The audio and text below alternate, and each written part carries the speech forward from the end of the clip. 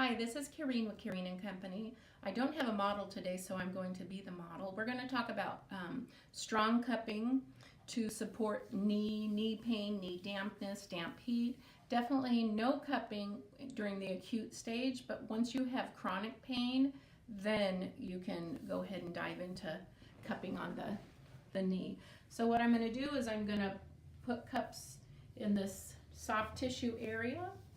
And the whole point would be is to bring new fresh blood in there to really help the client. This is the anterior view. I would definitely do it on the posterior view as well.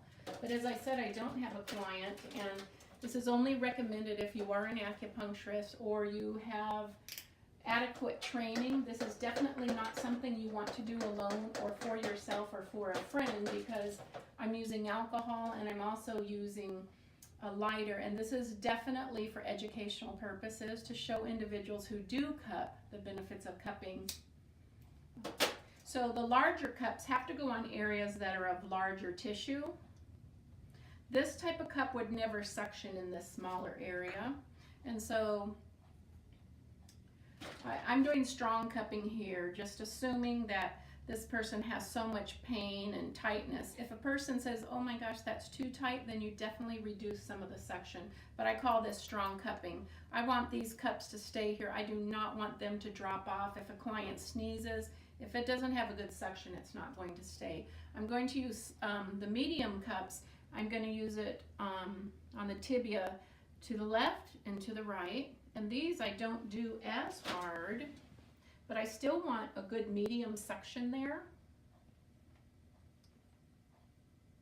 That's going to be about GB 34.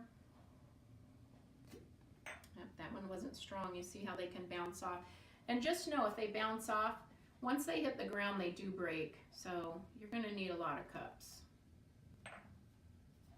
Yeah, this one I'd have to take this one off. So it's almost difficult to put a cup in between another one.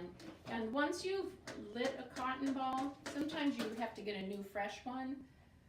We do have a couple bones here, and you're going to want to watch the bones. So you have the tibia here, and then you have an epicondyle here. So I really wanted to get it below the epicondyle, and here's the calf nose. I really want to get it in this fatty tissue. That's the most important thing, is to get it into the fatty tissue. I have a good hold there, a good suction. And I'm going to go ahead and take it down as far as I can. That's probably all I can do, because honestly, if I bend more, what's going to happen is these are going to start popping off. However, if I were a client, I'd probably take it the whole way down. And I would make sure the cupping was nice. Then I would take it off and start again. So this is pretty strong cupping. This would be for an individual who has chronic knee pain. Maybe they have swelling, maybe they have a lot of dampness, but they just have a pain that just doesn't seem to go away. This really helps heal them quickly. You could also put a little bit of lotion or oil on these lower limbs.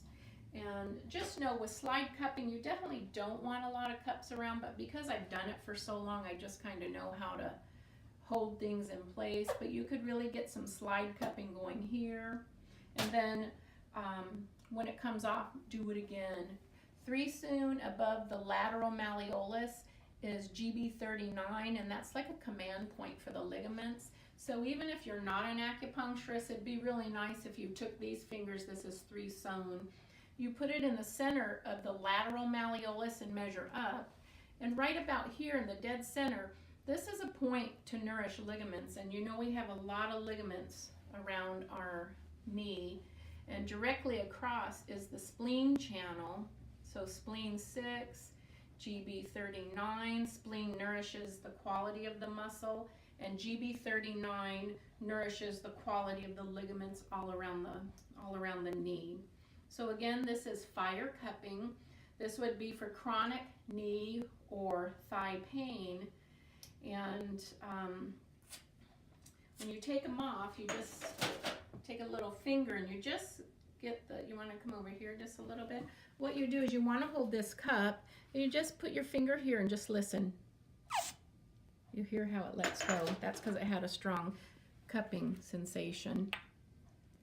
And notice that with strong cupping, normally you have a lot of petechiae, a lot of redness, but I don't actually have any knee disharmony. If there is no knee disharmony, you're not going to have all the petechiae and purple that you see on people. You only get that when you have a lot of stagnation and a lot of pain. So again, this is Karine teaching you fire cupping.